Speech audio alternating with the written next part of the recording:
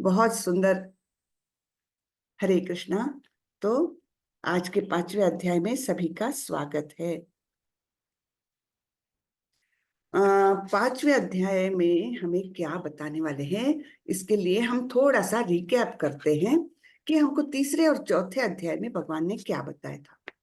तो तीसरे अध्याय में भगवान ने बताया था कि भक्ति युक्त कर्म से कोई भी कर्म बंधन उत्पन्न नहीं होता। 17 और 18 अध्याय में ये बताया था कि भक्ति युक्त कर्म अगर करो तो तुम सारे कर्म बंधनों से मुक्त होते हो।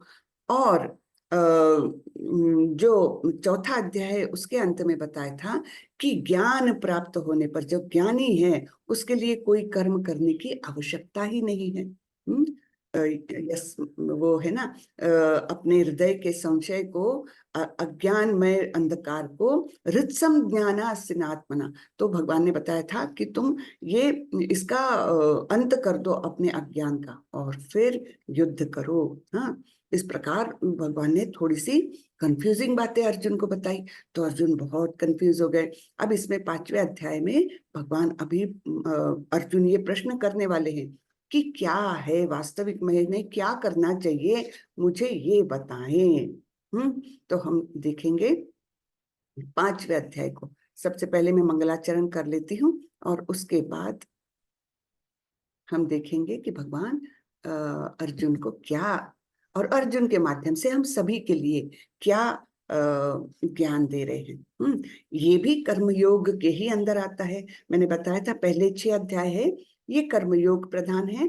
बाद के 7 से 12 तक के जो अध्याय है वो है भक्ति योग प्रधान, और अंत के जो है 13 से लेकर 18 तक के अध्याय जो है वो है ज्ञान योग प्रधान। तो अभी हमारा कर्मयोग ही चल रहा है। कर्मयोग में ही अलग अलग प्रकार से कर्म कैसा करना है ना। कर्म विकर्म अकर्म ये भी हमने देखा था। तो इस अध्याय में और आगे ज्ञान देने वाले हैं। मैंने शेयर किया कि नहीं किया, नहीं किया शायद। हम्म,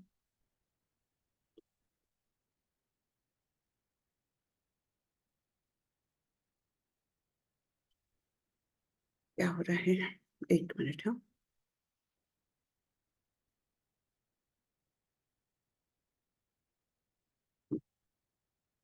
शेयर हो रहा है, ठीक। ओके, तो चलिए मंगलाचरण करते हैं और आगे बढ़ेंगे। ओम नमो भगवते वासुदेवाय। ओम नमो भगवते वासुदेवाय। ओम नमो भगवते वासुदेवाय।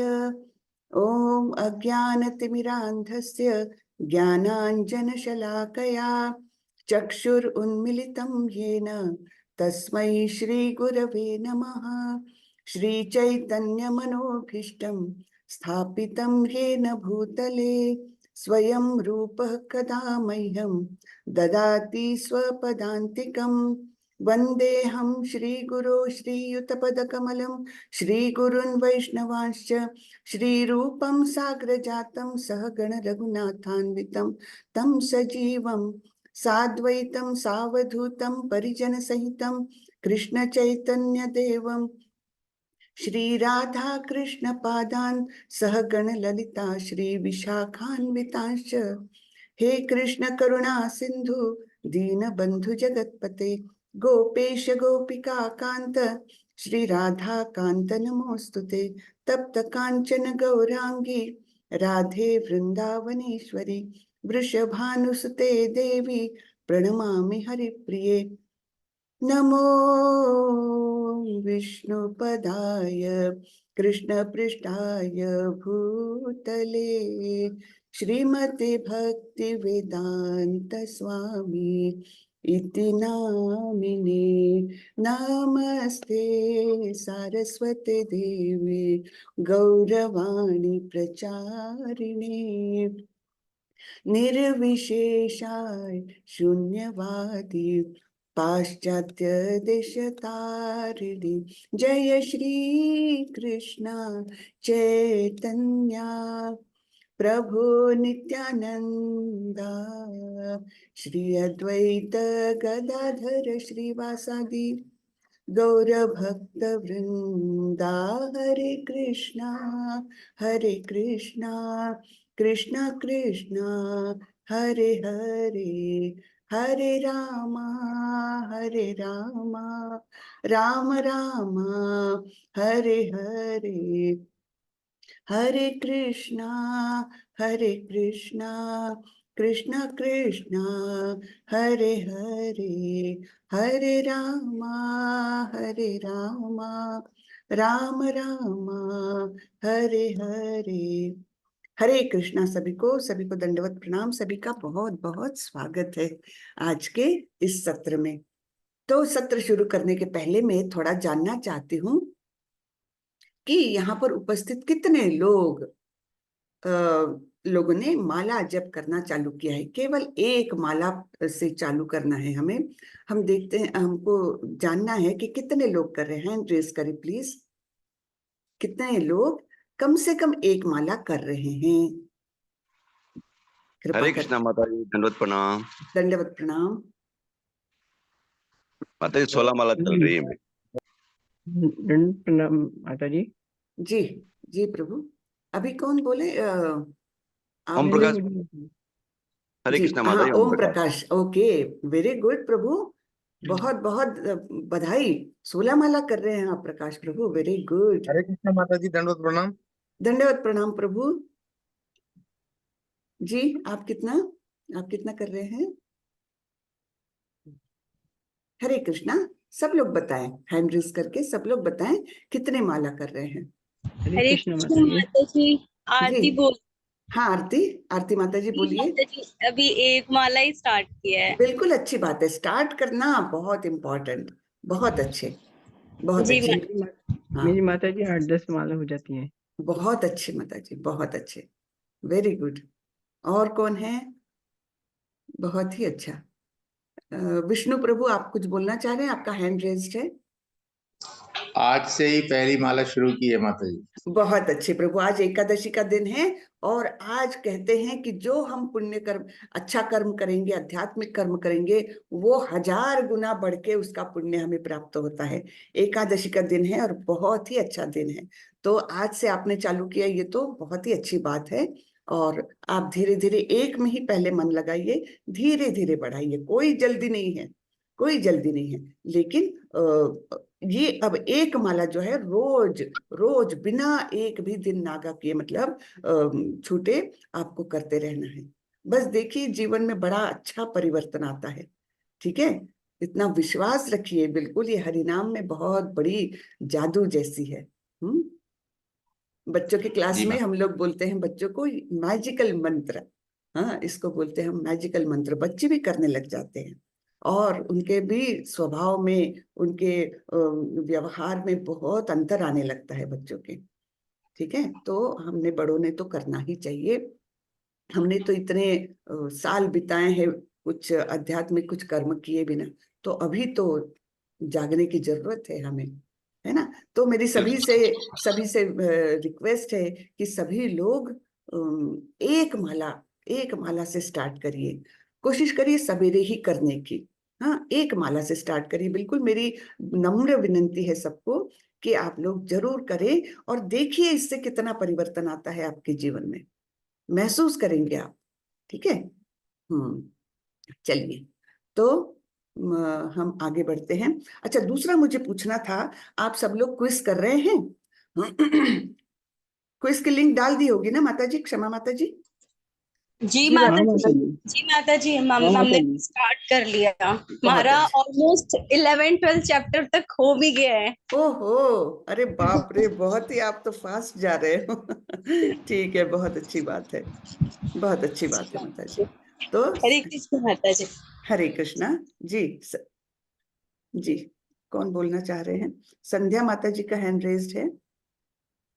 हाँ, हरे कृष्णा माता जी। हरे कृष्णा जी। हाँ, मैं ये बोलना चाह रही थी कि मैं क्विज के लिए ट्राई कर रही थी, लेकिन जब मैं लॉग इन करती हूँ तो मेरे अकाउंट में तेलुगु लैंग्वेज का आता है और मैं हिंदी वाला क्लिक करती हूँ तो बोलते हैं कि ये मतलब आप एक्सेस नहीं कर सकते ये वाला कोर्स। तो मैंने उसके लिए ग्रुप में मैसेज भी किया था, लेकिन मुझे कुछ रिप्लाई नहीं मिला अभी तक। अच्छा, क्षमा माता जी, थोड़ा सा देख लीजिए ना, इनका जी नाम माता। नोट डाउन करें। और संध्या माता जी, आप क्षमा माता जी को पर्सनल वो कर दीजिए, व्हाट्सएप एक मैसेज कर दीजिए, वो जरूर इस पर ध्यान देगी। जी और माता किसी जी। को और कोई माता जी, जी हाँ, एक चीज और बोलना चाहती हूँ।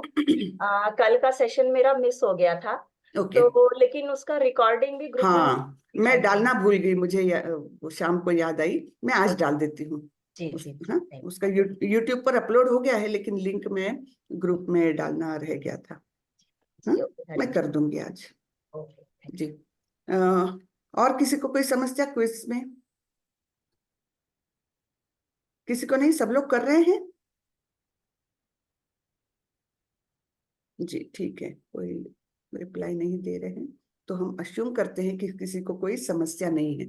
अगर किसी को समस्या है तो कल के सत्र में जरूर बताएंगे, तो वो समस्या सॉल्व की जाएगी। नहीं तो क्या है, आप लोग एकदम अंत तक कुछ बताएंगे नहीं, तो अंत में फिर सब लोग बोलते हैं अरे हमारा तो हुआ ही नहीं, एक भी नहीं कर पाए, ऐसा हुआ वैसा हुआ। तो अंत में सबको सबकी समस्या निकालने में फिर वो लोड आ जाता है। उसके बदले थोड़ा सा शुरू से आप लोग करेंगे ना, तो अच्छा हो जाएगा, एक एक की समस्या निपटाते जाएंगे। चलिए, हरे कृष्णा। तो आज का अध्याय है 5वां अध्याय, जिसका नाम है कर्मयोग। लेकिन कर्मयोग कैसा? कृष्ण भावना भावित कर्म। तो इस अध्याय का नाम है कृष्ण भावना भावित कर्म योग। अब अर्जुन को क्या गलतफहमी हो गई है? कुछ कुछ जो भगवान ने उनको इंस्ट्रक्शंस दिए हैं, कुछ जानकारी दी है, उन्होंने समझते गए वो। लेकिन हुआ क्या अंत में, चौथे अध्याय के अंत में कृष्ण ने अर्जुन को फिर से उठने और लड़ने के लिए कहा। तो अर्जुन को भ्रम हो रहा है, त्याग अच्छा है कि काम यानी कर्म अच्छा है, क्योंकि दोनों के बारे में बता रहे हैं भगवान। हाँ, कभी बता रहे हैं कि कर्म करो, और कभी बता रहे हैं कि नहीं नहीं त्याग कर दो। तब फिर कंफ्यूजन हो गया है अर्जुन को। अब अर्जुन अपनी समस्या कृष्ण के सामने रख रहे हैं। अर्जुन उवाच संन्यासं कर्मणां कृष्ण पुनर्योगं च शंससि यच्छ्रेय एतयोरेकं तन्मे ब्रूहि सुनिश्चितम्। अर्जुन ने कहा, हे कृष्ण, पहले आप मुझसे कर्म त्यागने के लिए कहते हैं और फिर भक्ति पूर्वक कर्म करने का आदेश देते हैं। क्या आप अब कृपा करके निश्चित रूप से मुझे बताएंगे कि इन दोनों में से कौन अधिक लाभप्रद है?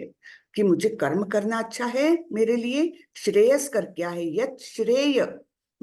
फिर ये दोनों में से मेरे लिए क्या लाभप्रद है, क्या हितकारक है, ये कृपा करके आप मुझे बताएं। तो भगवान जवाब दे रहे हैं, शंका दूर करते हैं भगवान।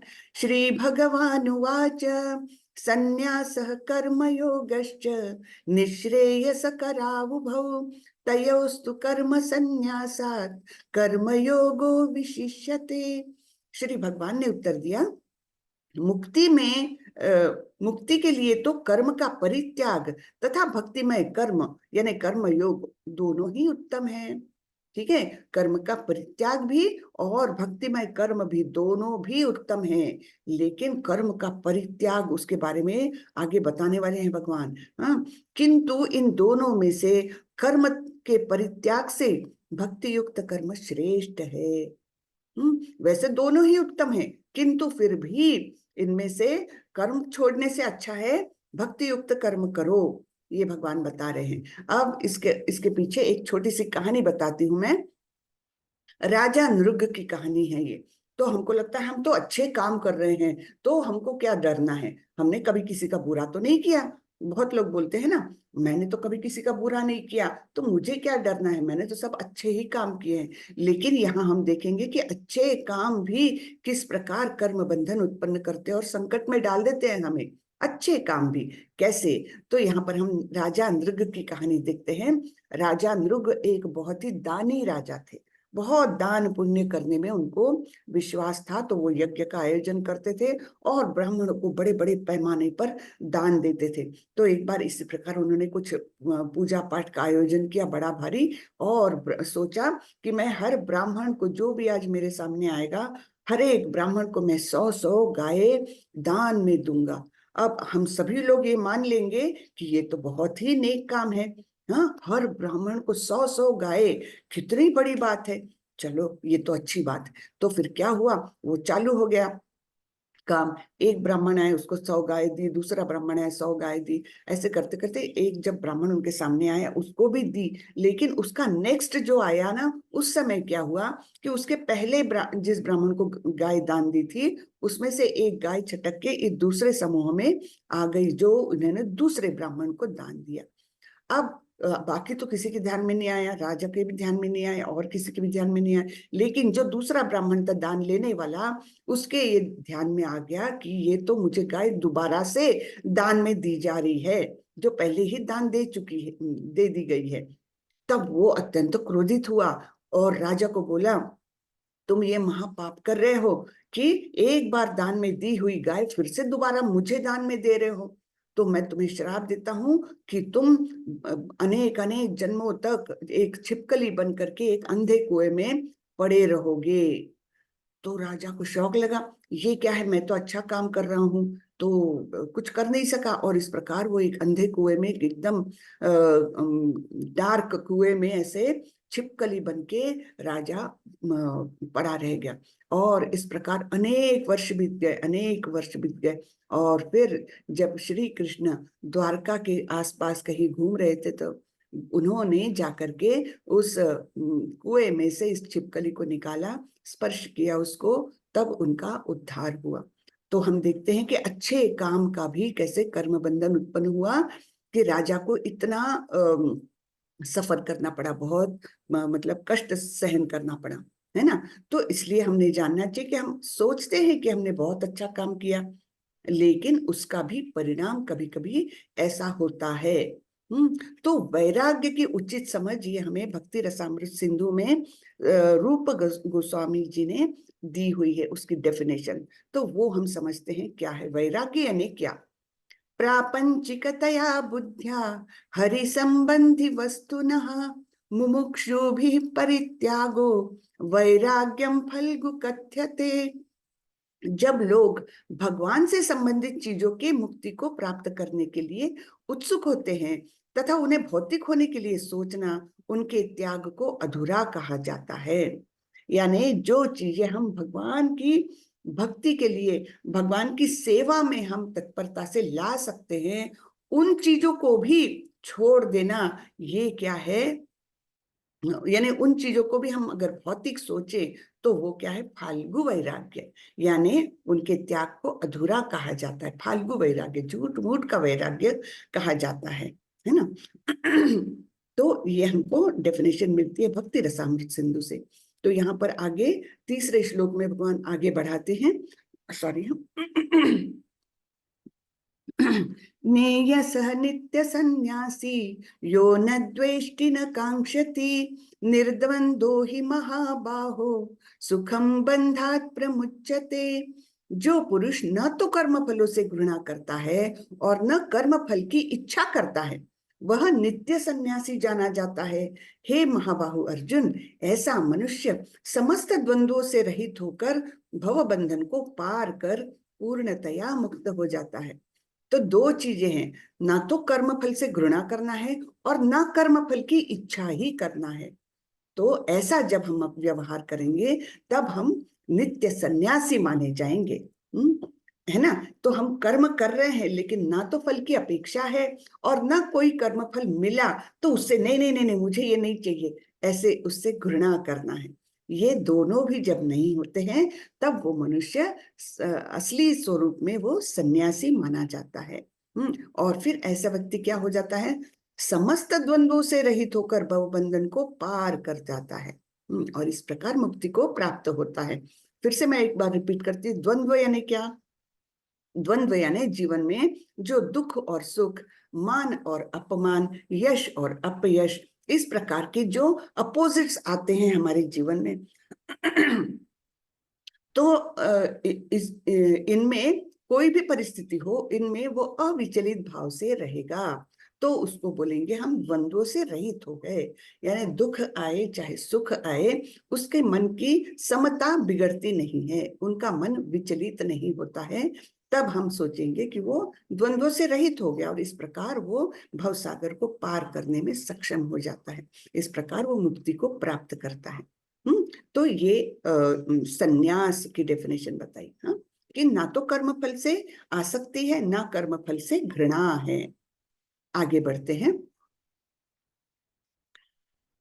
तो कर्म फल का त्याग करना है, कर्म का नहीं। ये इंपॉर्टेंट बात है, नीचे दिया है, कर्म फल का त्याग करो, कर्म का नहीं। अब यहाँ पर हम एक छोटी स्टोरी देखेंगे। ये जो दिख रहे हैं ना, ये है नामाचार्य हरिदास ठाकुर। ये कौन थे? ये थे चैतन्य महाप्रभु के शिष्य। जन्म से तो ये मुस्लिम घर में पैदा हुए थे, किंतु चैतन्य महाप्रभु की वाणी से, उनके उपदेशों से अत्यंत प्रभावित होकर और वे नाम संकीर्तन में जुड़ गए। और ये रोज कितनी माला करते थे पता है आपको? कितनी माला करते होंगे, हम सोच भी नहीं सकते। 192 माला करते थे। हाँ, तो और जब तक वो पूरी मालाएं खत्म ना हो जाए, उतना जब खत्म ना हो जाए, तब तक अन्न पानी ग्रहण भी नहीं करते थे। इतने महान थे, इसलिए उनको चैतन्य महाप्रभु ने उनको नामाचार्य की उपाधि दी थी। नामाचार्य यानी उनके समान नाम के आचार्य हो गए वो, किस प्रकार से नाम लेना चाहिए। तो एक बार हुआ क्या कि लोग तो उनसे एक प्रकार से ईर्ष्या करने लग गए, क्योंकि एक तो मुसलमान घर में पैदा हुआ और फिर इतने मतलब चैतन्य महाप्रभु के इतने प्रिय शिष्य बन गए, जिनको नामाचार्य की उपाधि दी। तो लोग जो थे, अल्पज्ञ लोग कहेंगे हम, है ना, तो ऐसे लोग उनसे ईर्ष्या करने लग गए और वो सोचने लग गए कि ये तो कुछ नाटक करते हैं, इनको हम ऐसे गिरा के दिखाएंगे समाज के सामने, इनका ऐसा रूप प्रकट करेंगे कि सब लोग इनकी छी छी करेंगे, है ना।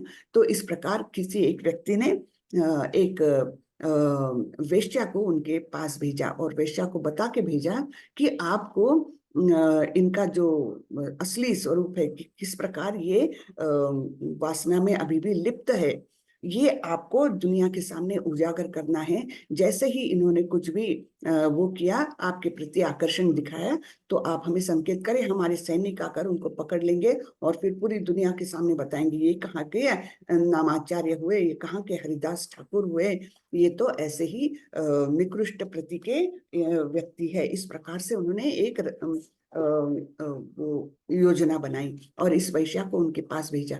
ये आई वहां पर अपने तरीके से उनको मोहित करने लग गई, उनको बोली कि मुझे आपसे बातें करना है। तो हरिदास ठाकुर बोले कि हाँ हाँ आप बैठिए यहाँ पर, मैं अपने जब पर खत्म करूं तब आपसे मैं बात करूंगा, जरूर बात करूंगा, आप बैठिए। तो वहां पर एक तुलसी वृंदावन का तुलसी का वृंदावन रखा हुआ था, उसके पास में वो बैठ गई। तो शाम से लेकर सवेरा होने को आया, हाँ, और तब भी इनके जब खत्म नहीं हुआ, ध्यान पूर्वक जब कर रहे, ना उसके तरफ देख रहे, ना विचलित हो रहे। तो पहला दिन गया, फिर दूसरे दिन फिर वो चली गई, सवेरा हो गया तो चली गई। फिर दूसरे दिन शाम से आई, फिर बोली कि आप तो माला जप करते रहे कल, मुझे आपसे बातें करनी है, तो आप कृपया मुझसे संभाषण करें। तो वो बोले कि हाँ हाँ मैं आपसे बातें करूंगा, आप यहाँ बैठिए, मैं जब कंप्लीट करता हूँ फिर आपसे बात करूंगा। दूसरा दिन भी गया, वैसे ही तीसरा दिन भी गया। अब हुआ ये कि उनका जो नाम जप का जो ध्वनि है, वो 3 रात तक सुनकर उस वैश्या का ही मन परिवर्तन हो गया। पूरी तरह से वो मतलब वो समझ गई कि ये तो ऐसी अविचलित बुद्धि है, ऐसा अविचलित मन है इनका कि मेरे क्या किसी के भी करने से कुछ नहीं इन पर परिवर्तन होने वाला।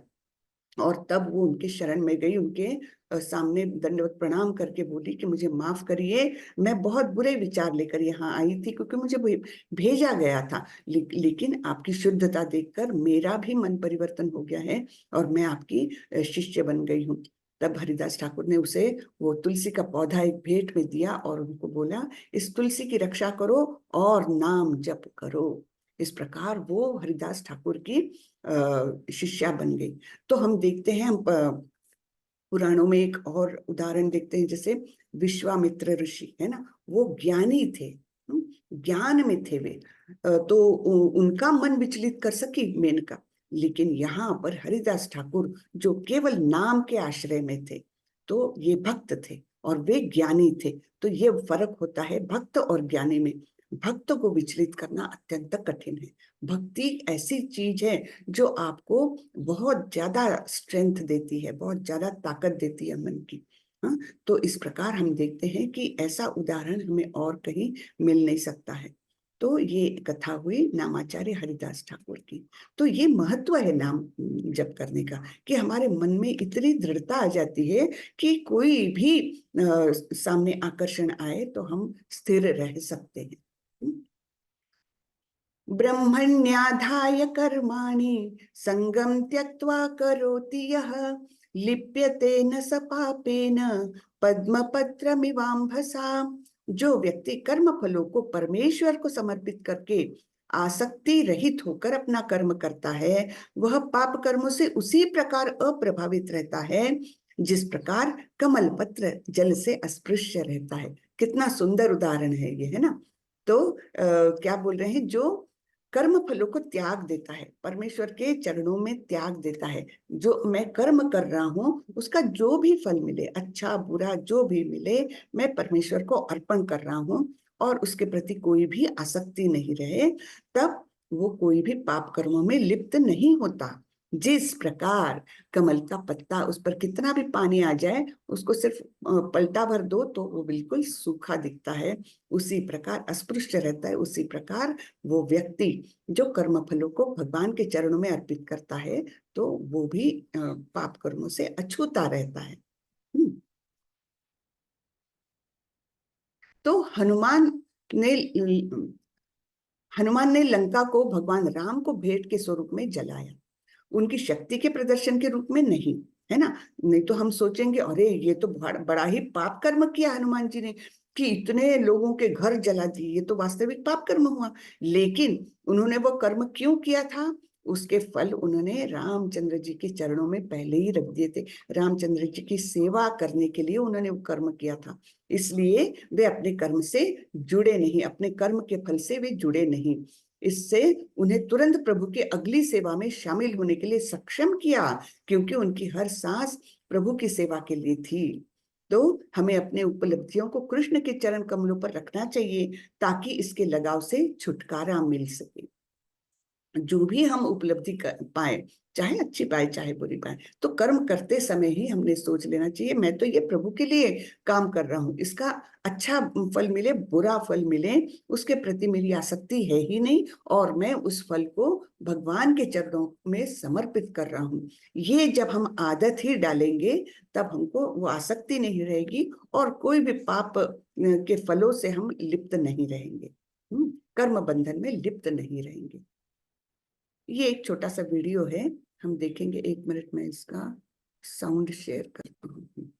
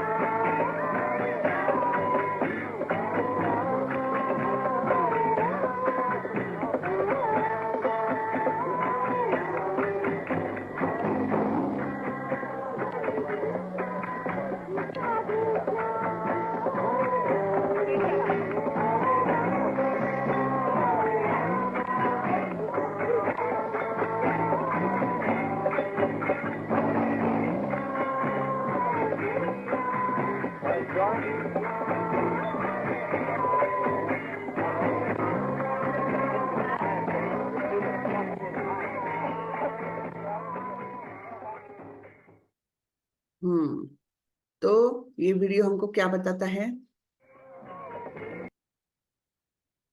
ये वीडियो हमें बताता है, देखिए प्रभुपाद जी ने जो अमेरिका गए ना, कोई वहां पर उनके सगे संबंधी थे ना, कोई मित्र था, कोई भी नहीं, और बिना पैसे के गए, केवल गुरु की आज्ञा का पालन करने के लिए, बिल्कुल खीसे में पैसे नहीं। उसके बाद केवल इस हरि नाम संकीर्तन के द्वारा उनसे इतने लोग जुड़ गए। वो तो महान भक्त थे ही, तो उनकी वाणी में बहुत प्रचंड शक्ति थी जिससे लोग आकर्षित हुए। हम लोगों के इस वाणी में उतनी शक्ति तो नहीं रहेगी, लेकिन कम से कम ये जो मंत्रोच्चार है वो लोगों को इतना प्रभावित कर सकता है, अपने ऊपर इतना प्रभाव डाल सकता है कि मतलब जो अद्भुत है, एक्चुअली वाकई में अद्भुत है ना। तो ये हरिनाम की महिमा है। आगे भगवान बोलते हैं, विद्या विनय संपन्ने ब्राह्मणे गविहस्तिनि शुनि चैव श्वपाके च पंडितः समदर्शिनः। विनम्र साधु पुरुष अपने वास्तविक ज्ञान के कारण एक विद्वान तथा विनीत ब्राह्मण गाय, हाथी, कुत्ता तथा चांडाल को समान दृष्टि से यानी समभाव से देखते हैं। तो विनम्र साधु पुरुष जिसको ज्ञान है, साधु है तो उसको ज्ञान है कि हर एक के हृदय में परमात्मा का वास है, हर एक के हृदय में वो, हर जीव में वो परमात्मा को देखता है।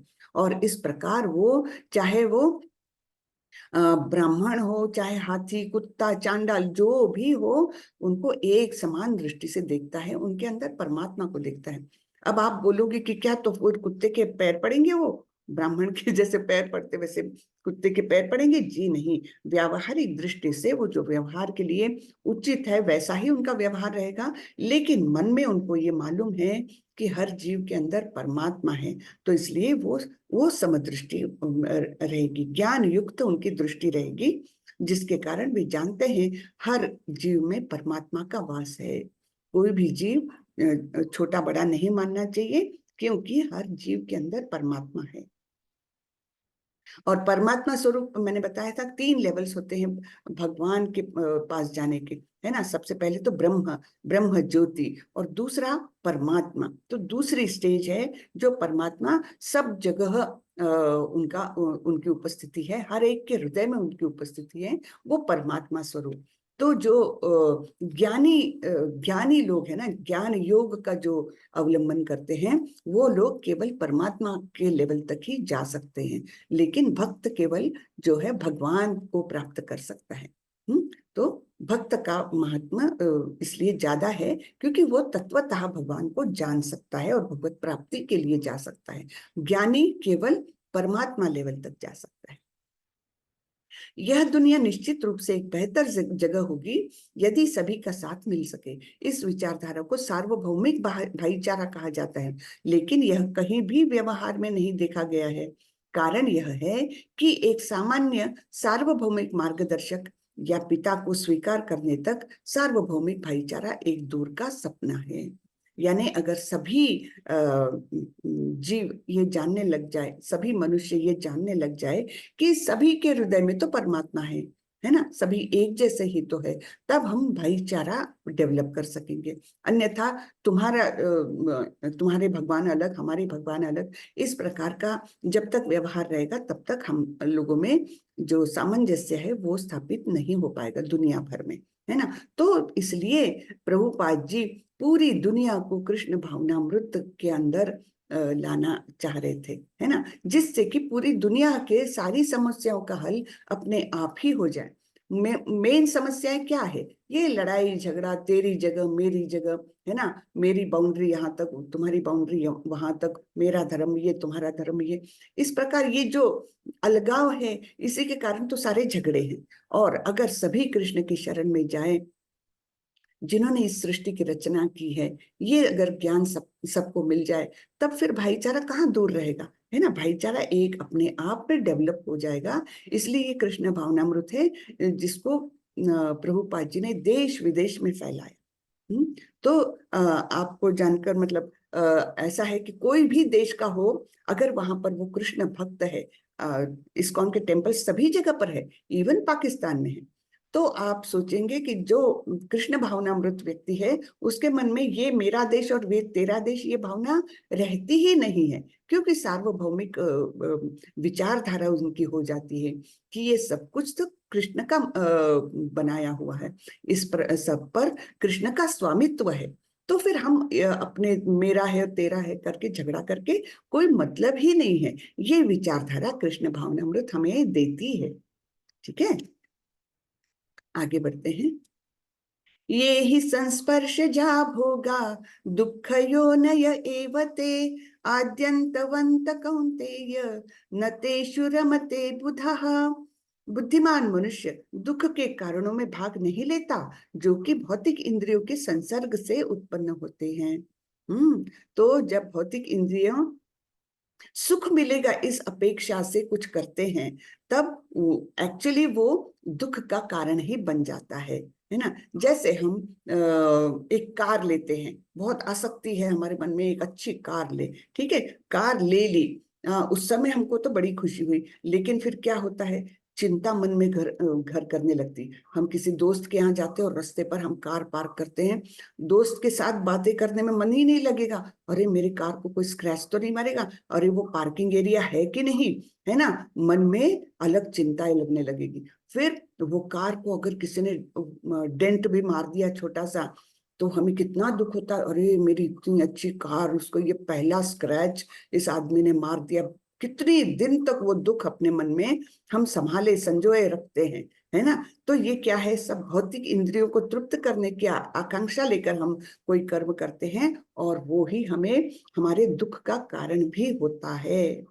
तो इसलिए हे कुंती पुत्र, ऐसे भोगों का आदि तथा अंत होता है, अतः चतुर व्यक्ति उनमें आनंद नहीं लेता।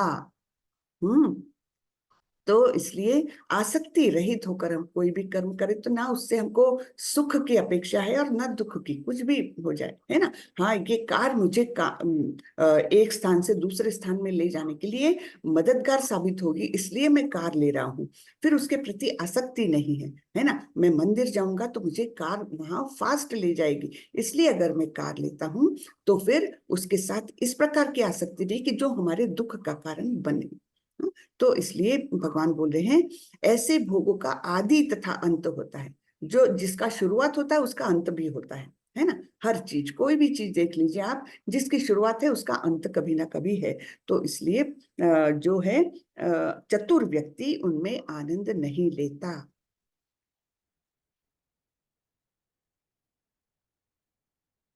हाँ, अब यहाँ पर बहुत अच्छे उदाहरण आने वाले हैं। तो ये एक कीटक है जो उड़ता है और लाइट के पास या अग्नि के पास जाने के लिए तत्पर रहता है। तो ऐसा ये जो कीटक है, इसका अंत कहाँ होता है, उसको उसकी इंद्रिय तृप्ति काहे में है, आंखों में है। उसको वो रोशनी बड़ी मोहित करती है और वो उस रोशनी के कारण वहां पर तत्परता से भागता हुआ जाता है। और अंत क्या होता है उसका, वो अग्नि में या हीट में वैसे जल के मर जाता है, उसका अंत वही होता है। इंद्रिय तृप्ति के लिए भागा वो, लेकिन अंत क्या हुआ, वो अपनी जान गंवा बैठा। ये एक उदाहरण आया जिसमें आंखों की तृप्ति, यानी ये आंख नामक इंद्रिय की तृप्ति के पीछे वो भागा। अब ये है हिरण, बहुत चपल होता है, इसको वैसे पकड़ना बहुत मुश्किल होता है, लेकिन इसकी एक कमजोरी ये है कि उसको एक प्रकार का जो साउंड है वो उसको बहुत पसंद है।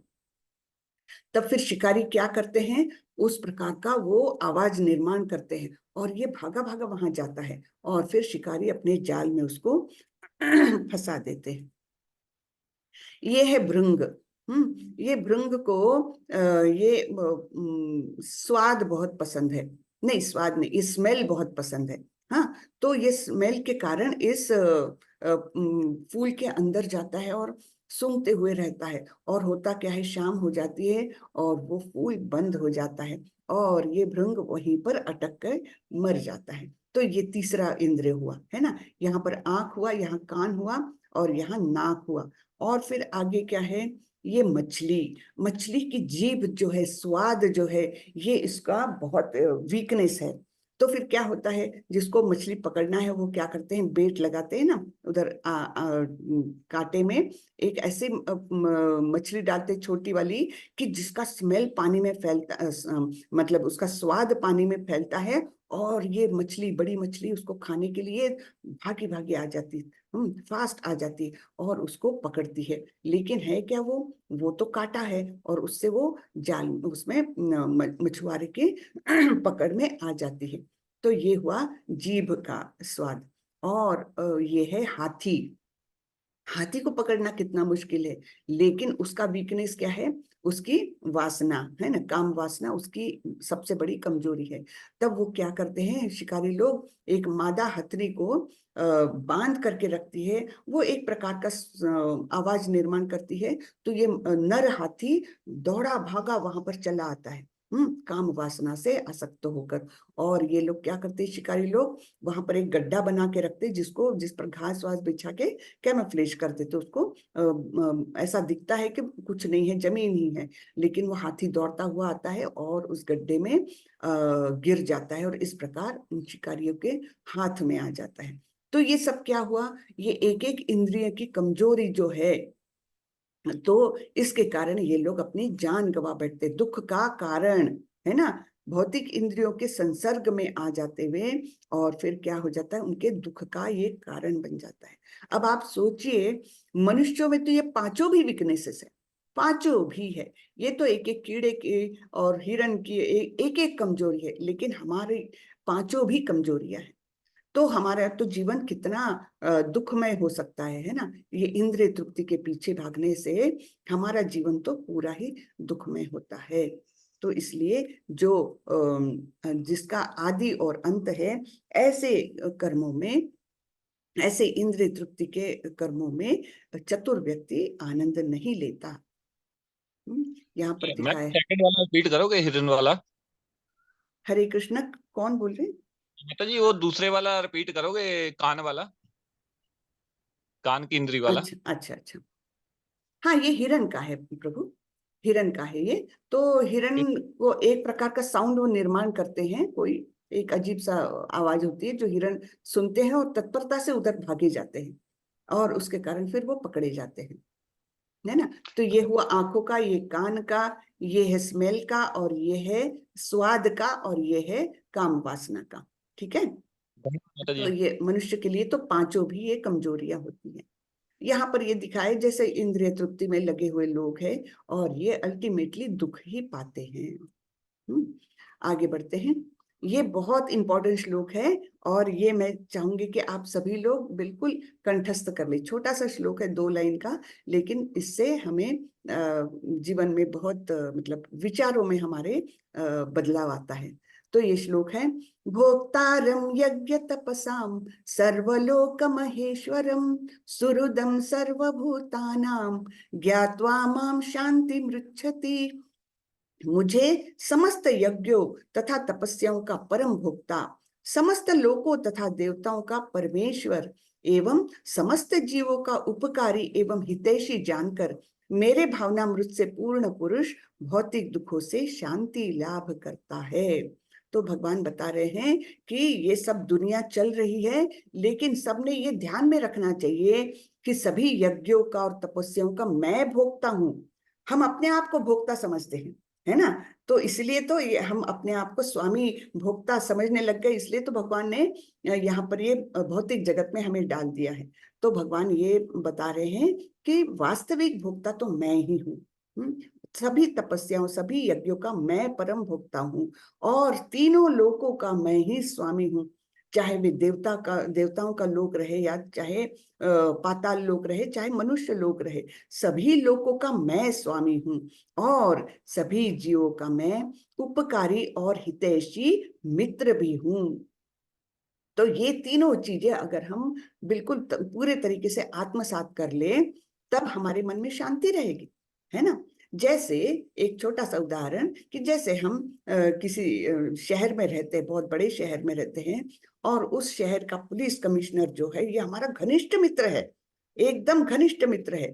तब हमसे अगर ट्रैफिक रूल्स में कोई छोटी मोटी गलती हो गई, है ना, जानबूझकर नहीं, लेकिन छोटी मोटी गलती हो गई, और पुलिस हमारे पास आई और वो ये करने लग गई, तब हमको क्या है, मन में तो हमारी शांति रहेगी, हाँ भाई ये कुछ भी कर ले, लेकिन मेरा तो वो मित्र है ना पुलिस कमिश्नर, वो मेरी समस्याओं का समाधान कर देगा, उसमें टेंशन आने की कोई बात नहीं है ना। तो वैसे ही अगर हमारे मन में हमेशा ये रहे कि अरे मैं जीवन जी रहा हूँ, भगवान को प्रसन्न करने के लिए ही जी रहा हूँ, लेकिन मेरे से अगर छोटी मोटी गलती हो गई, तो भी मेरे परमेश्वर है ना, मेरे हितैषी मित्र, है ना। अगर ये भावना हमारे मन में हमेशा रही तो हमको शांति रहेगी, मन में टेंशन नहीं रहेगा कोई चीजों का, है ना। तो ये 3 बातें हैं जो हमने बिल्कुल पूरे तरीके से आत्मसात करना है। भोक्तारम यज्ञ तपसाम, असली भोक्ता कौन है? श्री कृष्ण। और असली स्वामी कौन है सभी लोगों के? श्री कृष्ण। और हमारे हितैषी मित्र कौन है? श्री कृष्ण। ये 3 बातें अगर हमने पूरी तरह से आत्मसात की तो हम शांतिमय जीवन बिता सकेंगे, टेंशन में नहीं, है ना। तो इसलिए इसे शांति सूत्र भी कहा जाता है। सूत्र यानी फॉर्मूला। तो शांति का फॉर्मूला क्या है? भोक्तारम यज्ञ तपसाम सर्वलोक महेश्वरम सुहृदम सर्वभूतानाम ज्ञात्वा माम शांति मृच्छति। तो ये बड़ा ही सुंदर श्लोक है और इसको सबने कंठस्थ करना चाहिए। तो ये अंतिम श्लोक हुआ इस अध्याय का। तो प्रभुपाद जी बोलते हैं इस मानव शरीर का उचित उपयोग करे। मानव शरीर कुत्ते बिल्ली जैसे जी करके मर जाने के लिए नहीं है। मानव शरीर का उचित उपयोग क्या है कि हम अपने गंतव्य को स्थापित करें, अपना लक्ष्य क्या है ये जानकारी रखें और उस लक्ष्य की प्राप्ति के लिए जीवन भर प्रयास करें। तो हमारा लक्ष्य क्या है? लक्ष्य ये है कि इस शरीर को त्यागने के बाद मुझे दोबारा शरीर ना मिले और मैं जाऊं मेरे परम धाम कृष्ण के पास उनकी सेवा करने के लिए। ये मेरा लक्ष्य होना चाहिए। और लक्ष्य की प्राप्ति के लिए फिर मुझे कैसा करना है? मुझे इस प्रकार का जीवन जीना है कि अंतिम क्षण में मुझे परमेश्वर की याद आए। मेरी सांस जब मेरे प्राण जब शरीर को त्यागे तब मुझे परमेश्वर का स्मरण हो, है ना। मेरी जो कार्य है वो ऐसे रहे जिससे परमेश्वर प्रसन्न होते रहे। इस प्रकार का हमारा मानव शरीर का उचित उपयोग है। दुर्लभम मानुषम जन्म, ये मनुष्य जन्म अत्यंत दुर्लभ है और उसमें भी भारतवर्ष में जन्म, ये तो अत्यंत ही दुर्लभ है। और ये सब पाने के बाद भी अगर हम कुत्ते बिल्लियों के समान जीवन जीते हैं तो कोई मतलब नहीं है उसको, है ना। फिर से पुनरपि जननम पुनरपि मरणम पुनरपि जननी जठरे शयनम, कितनी बार हम हमारी माता के गर्भ में आएंगे और कितनी बार हम वैसा ही जीवन जिएंगे।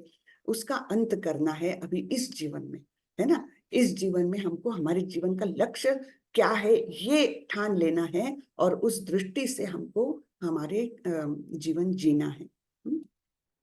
तो यहाँ पर प्रभुपाद जी सोने के ईंट का उदाहरण देते हैं।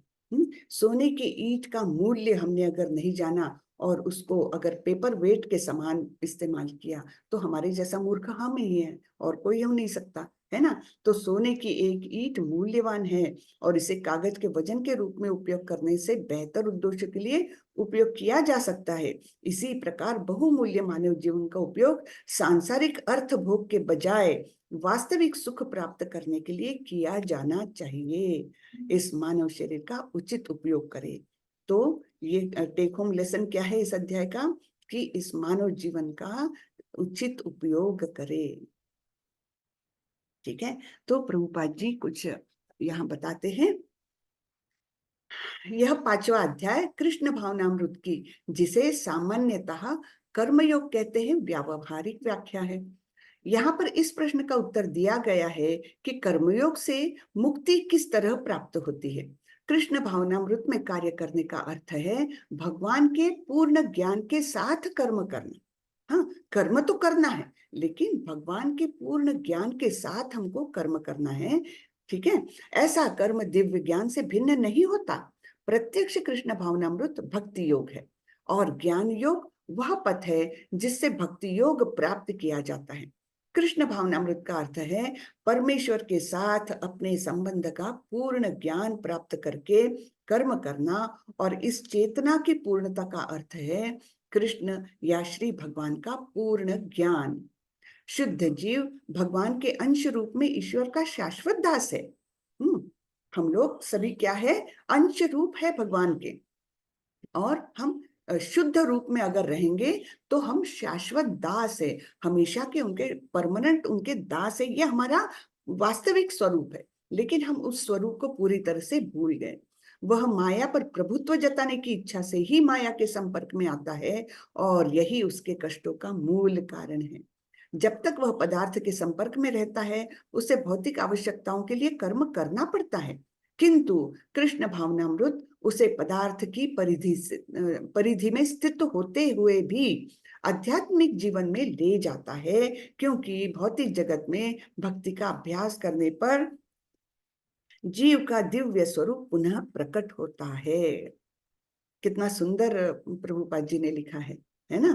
तो हमको ये समझना चाहिए कि हमको कर्म तो करने पड़ेंगे, जीवन बिना कर्म के रह नहीं सकते, है ना। कोई भी व्यक्ति बिना कर्म किए रह नहीं सकता, लेकिन कर्म कैसा रहना चाहिए? दिव्य ज्ञान में स्थित होकर वो कर्म करना चाहिए, तब हम पूर्णतया कृष्ण भावनामृत का अर्थ समझेंगे और उसके अनुसार अपना जीवन बिताएंगे, ये बहुमूल्य जीवन। तो इस अध्याय का सारांश क्या है? पहले श्लोक में अर्जुन प्रश्न पूछते हैं, मेरे लिए क्या श्रेयस्कर है, संन्यास या कर्म योग? तो आप ये बताएं। तब फिर भगवान उन्हें बताना चालू करते हैं कि दोनों ही रास्ते मेरे ही पास आते हैं, या तो आप वैराग्य ले लो, वो भी विरक्ति भी मेरे पास लाती है, और कर्म भी मेरे पास लाते हैं, लेकिन कर्म करना ज्यादा श्रेष्ठ है। हाँ, कर्म योगो विशिष्यते, कर्म योग ज्यादा श्रेयस्कर है। लेकिन कर्म योग यानी क्या? योग शब्द की परिभाषा क्या है? योग यानी आजकल बहुत अलग अलग उसकी परिभाषा की जाती है, लेकिन योग की असली परिभाषा है परमेश्वर के साथ संबंध को जोड़ना। योग यानी मिलना, है ना। योग यानी मिलना, किसके साथ मिलना है? परमेश्वर के साथ जीव को मिलना, ये जो है क्रिया वो योग कहलाती है।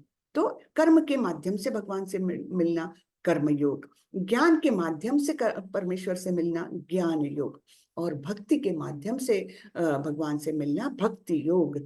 ठीक है, तो आगे बढ़ते हैं। निष्काम कर्म बंधन से मुक्त करता है। जब हम ना तो कर्म की अभिलाषा करते हैं, ना उससे घृणा करते हैं, तब फिर वो हमें कर्म बंधन प्राप्त नहीं होता, है ना।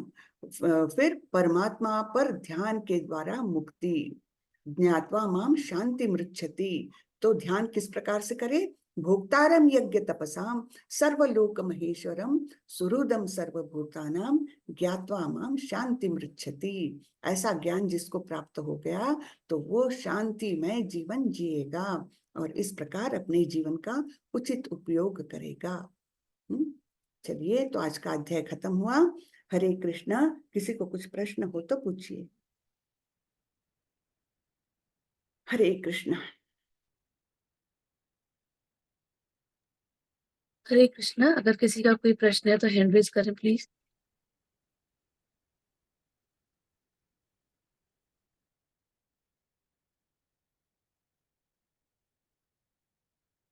किसी को भी प्रश्न नहीं। इसके दो अर्थ निकलते हैं भाई। कौन से दो अर्थ निकलते हैं? या तो सबके सब समझ में आ गया, और दूसरा है कि किसी को भी कुछ भी नहीं समझा, इंटरेस्ट ही नहीं आया। तो इसमें से क्या सच है मुझे पता नहीं। हरे कृष्णा माता जी। हाँ आरती आरती माता जी। हो हाँ जी, आरती माता जी बोलिए। ये माता जी, आप जो अध्ययन चल रहा है ये हमें समझ में तो आ रहा है, लेकिन हमारे मन में एक और प्रश्न चल रहा है कि जब ये 18 दिन का संपन्न हो जाएगा उसके बाद क्या? क्योंकि क्या हमें फिर से ये मौका मिलेगा कि हम फिर से जुड़ सके और ऐसे ही क्यों नहीं? कंटिन्यू? क्यों नहीं माता जी। एक तो आप ये लेवल 1 होने के बाद आप level 2, level 3, level 4, level 5, level 6 तक जा सकते हैं। बिल्कुल जुड़े रहिए आप, छोड़िए मत इसको। और अगर आपकी इच्छा हो तो आप रिपीट भी कर सकते हैं। किसी को अगर ऐसा लगता है कि नहीं मैं लेवल 1 और एक बार करूंगी या करूंगा तो मुझे और अच्छे से समझ में आएगा, आप लेवल 1 रिपीट भी कर सकती है। और जब आपको लगता है कि नहीं अब मैं लेवल 2 में जाने के लिए सक्षम हूँ, तो आप लेवल 2 में एंट्री कर सकते हैं, है ना। तो ये प्रवास छोड़िएगा मत, इसको इससे जुड़े रहिए। देखिए आगे आगे आपको कितना अच्छा लगेगा, बहुत आनंद आएगा। धन्यवाद माता जी। हरे कृष्णा। बस यही हरे प्रश्न कृष्ण। हमारे मन में था कि 18 दिन जब हो जाएगा संपन्न उसके बाद क्या होगा फिर, बिकॉज मुझे बहुत अच्छा लग रहा है, मैं बहुत पॉजिटिव, और मैं आपको बता नहीं सकती जो मेरे अंदर बदलाव आ रहा है, मैं बहुत ही अच्छा महसूस कर रही हूँ। तो मैं हटना ही नहीं चाहती, निकलना ही नहीं चाहती। तो मेरे मन में एक भय है कि 18 दिन के बाद क्या होगा। नहीं तो नहीं, मैंने सोचा 18 दिन के बाद देखिए, 18 दिन में 18 क्विजेस आपको मिलेंगे। जब आप पूरे क्विज कंप्लीट कर लेंगे तो आपको एक सर्टिफिकेट मिलेगा। उस सर्टिफिकेट के आधार पर आपको लेवल 2 में एंट्री मिल जाएगी। फिर लेवल 2, लेवल 3, लेवल 4 आप करते जाइए। और जी बहुत माता जितना आप डीप स्टडी करेंगे ना, आपको उतना ही ज्यादा आनंद आएगा। हाँ, जी माता जी, जी माता तो जी, जरूर धन्यवाद जुड़े माता जी। रहिए, जी जुड़े जी रहिए, जी छोड़िए मत, बस जुड़े रहिए। तब भक्ति में देखिए आप कितना आनंद पाएंगे। जी माता मेरा एक हरे कृष्ण माता था। जी। हरे कृष्णा जी। हेलो माता जी, हरे कृष्णा जी, माता जी प्रभु। मेरा एक क्वेश्चन था कि लेवल 2 में हम फिर कैसे जाएंगे, प्रोसीजर क्या रहेगा? प्रोसीजर ये है कि लेवल 1 का सर्टिफिकेट आपको मिलेगा। जब आप 18 दिन के क्विजेस पूरे कर लेंगे, तब आपको एक सर्टिफिकेट जनरेट होकर मिलेगा। उस सर्टिफिकेट के आधार पर आपको लेवल 2 में एंट्री मिल जाएगी। तो लेवल 2 तो के क्लासेस होते रहेंगे। उसमें आपको यही भगवत गीता हर श्लोक के साथ बताया जाएगा। ठीक है, इसमें कैसे हम लेवल 1 में बहुत कम श्लोक लेते हैं, एक जस्ट फ्लो ऑफ थॉट्स है इसमें। लेकिन लेवल 2 में हम हर एक श्लोक लेंगे, हर चैप्टर का हर एक श्लोक लेंगे। तो उसके अनुसार आपको पूरा मतलब भगवत गीता का पूरा ब्रॉड व्यू मिल जाएगा।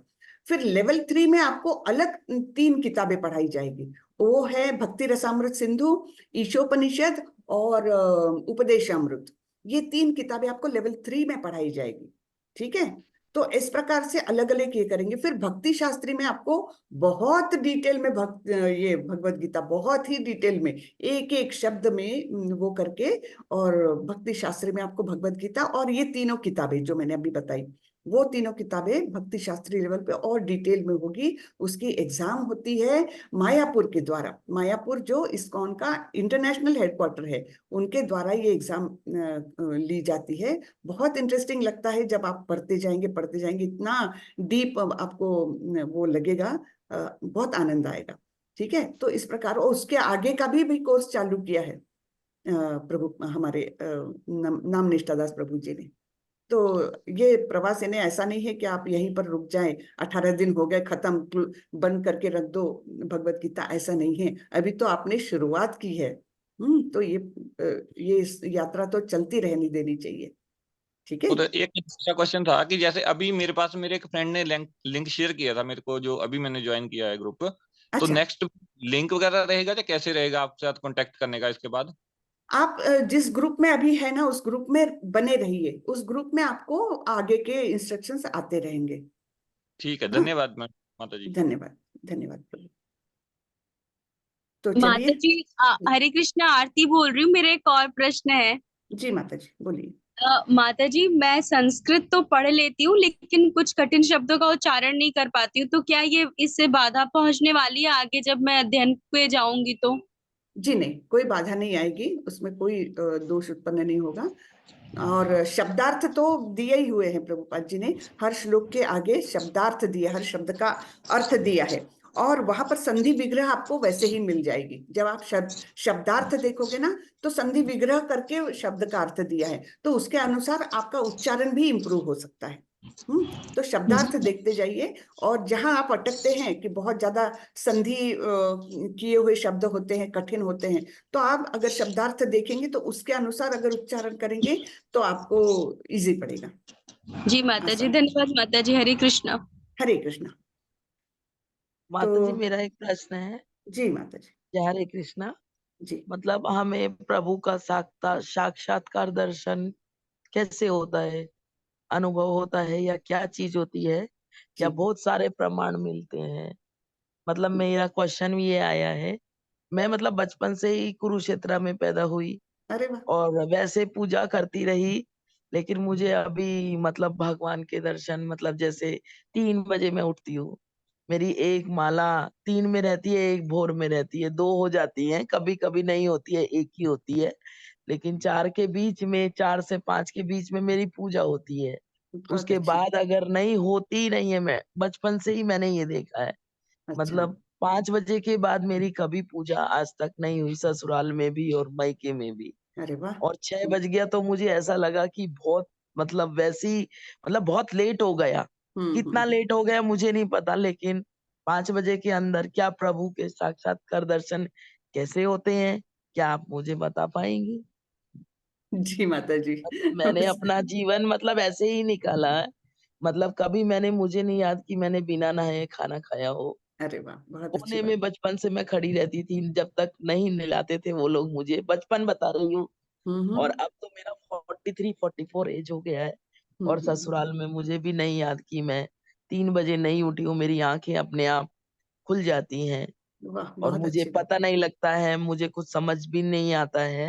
हम्म। तो इसीलिए शायद भगवान काम करवाते-करवाते का पता नहीं लगता है, करवाते निकल जाते हैं।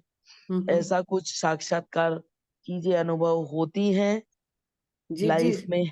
जी, अनुभव जरूर होता है अगर हमारे हमको वो ज्ञान रहे तो, है ना, कि हमने हुँ, परमेश्वर तो सभी जगह है, लेकिन उनकी हाँ, अनुभूति कैसे होती है वो हमें धीरे धीरे पता चलता है। आप भगवत गीता पढ़ते जाइए और हाँ जी, ये माला जप करते जाइए, तो हाँ देखिए जी, आपको ऐसा लगता है कि हाँ, यहाँ पर तो भगवान मुझे ये इंस्ट्रक्शन दे रहे हैं। जैसे बोलते हैं ना, परमात्मा हमारे हृदय में है, तो हमको लगता है कि हम गलत काम भी करते तो परमात्मा बोलते क्यों नहीं है, मुझे टोका क्यों नहीं भगवान ने कि ये गलत काम है, आप मत करो, ये क्यों नहीं बोला मुझे उस समय पर।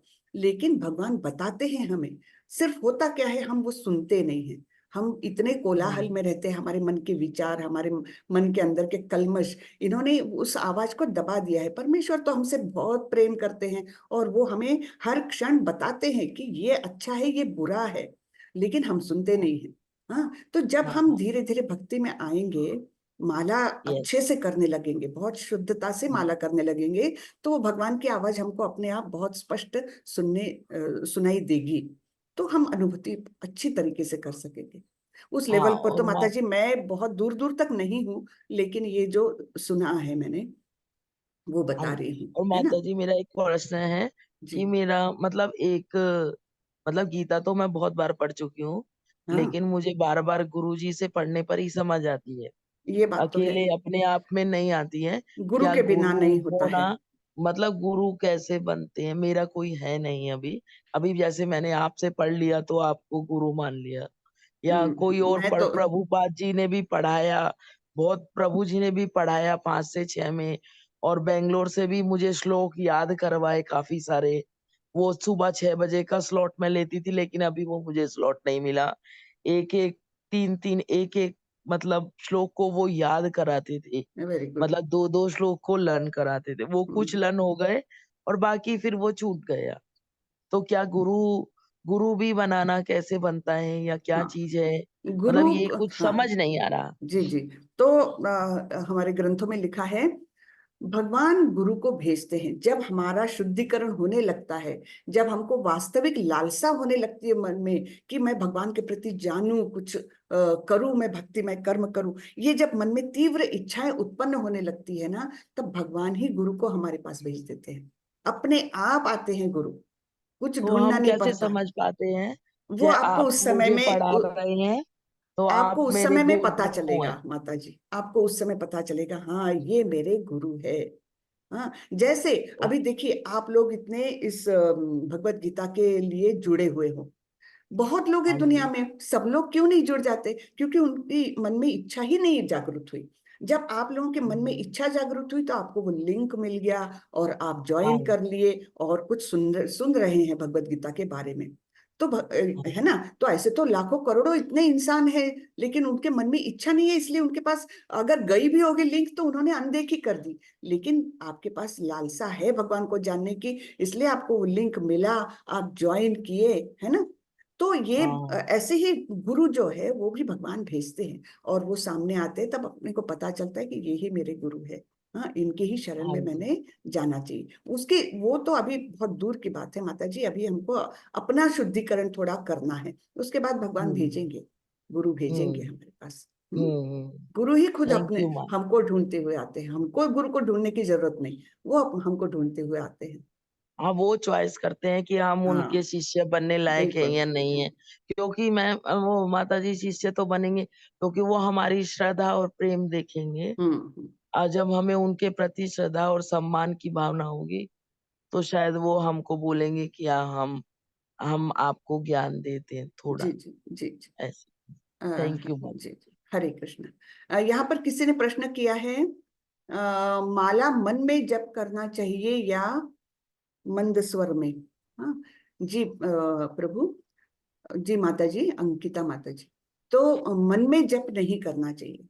इसका ध्वनि का बहुत महत्व है। इस जप के द्वारा जो ध्वनि निकलता है, साउंड वाइब्रेशन, ये बहुत महत्वपूर्ण है। इसलिए मन में जप कभी भी नहीं कर सकते हैं। जब आपकी माला पूर्ण हो जाए और आप दूसरे काम में लगे हैं, तब आपने मन में जप किया तो ठीक है। लेकिन जो आपने जो निश्चित किया है नंबर, उतनी माला का जप आपने थोड़ा जोर से ही करना चाहिए। कम से कम उतना जोर से कि आपके कानों को आपका ध्वनि अच्छे से सुनाई दे, उतनी जोर से करना ही चाहिए। तो मन में जप करना का काउंट नहीं, उसको काउंट नहीं किया जाता। करते रहिए, वो अच्छी बात है, मन का शुद्धिकरण होता रहता है। लेकिन जब आप माला जप कर रहे हैं, तब उसका ध्वनि निर्माण होना बहुत आवश्यक है। ठीक है, क्योंकि वो साउंड वाइब्रेशन का ही महत्व है। हरे कृष्ण। हरे कृष्ण माता जी, आरती बोल रही हूँ। जी माता जी। माता जी, हमारे जीवन में एक से अधिक गुरु हो सकते हैं क्या? जी जी, हो सकते हैं, बिल्कुल हो सकते हैं, बिल्कुल हो सकते हैं। जैसे जी माता। शिक्षा गुरु होते हैं, पथ प्रदर्शक गुरु होते हैं। एक तो कोई कोई पथ प्रदर्शक गुरु, फिर शिक्षा गुरु होते हैं। शिक्षा गुरु अनेक हो सकते हैं। हाँ, और फिर आप जिनसे दीक्षा लेते हैं वो एक ही रहेंगे, दीक्षा गुरु एक ही रहेंगे, लेकिन शिक्षा गुरु तो अनेक हो सकते हैं। जी माता जी, धन्यवाद माता जी। हरे कृष्ण। हरे कृष्ण। चलिए, तो आज का आप सत्र खत्म करें। क्या लिखा है, कोई प्रश्न पूछा, एकादशी के दिन अगर भूल वंश खाने का सपना देख ले तो ये किस चीज का संकेत करता है? ये इस चीज का संकेत करता है कि हमें खाने में आसक्ति है ना, ये आसक्ति दिखाता है। ठीक है, कोई बात नहीं, धीरे धीरे वो आसक्ति भी जाएगी। चलिए, तो आज का सत्र यही खत्म करते हैं। ठीक है, और किसी का कोई प्रश्न तो नहीं है?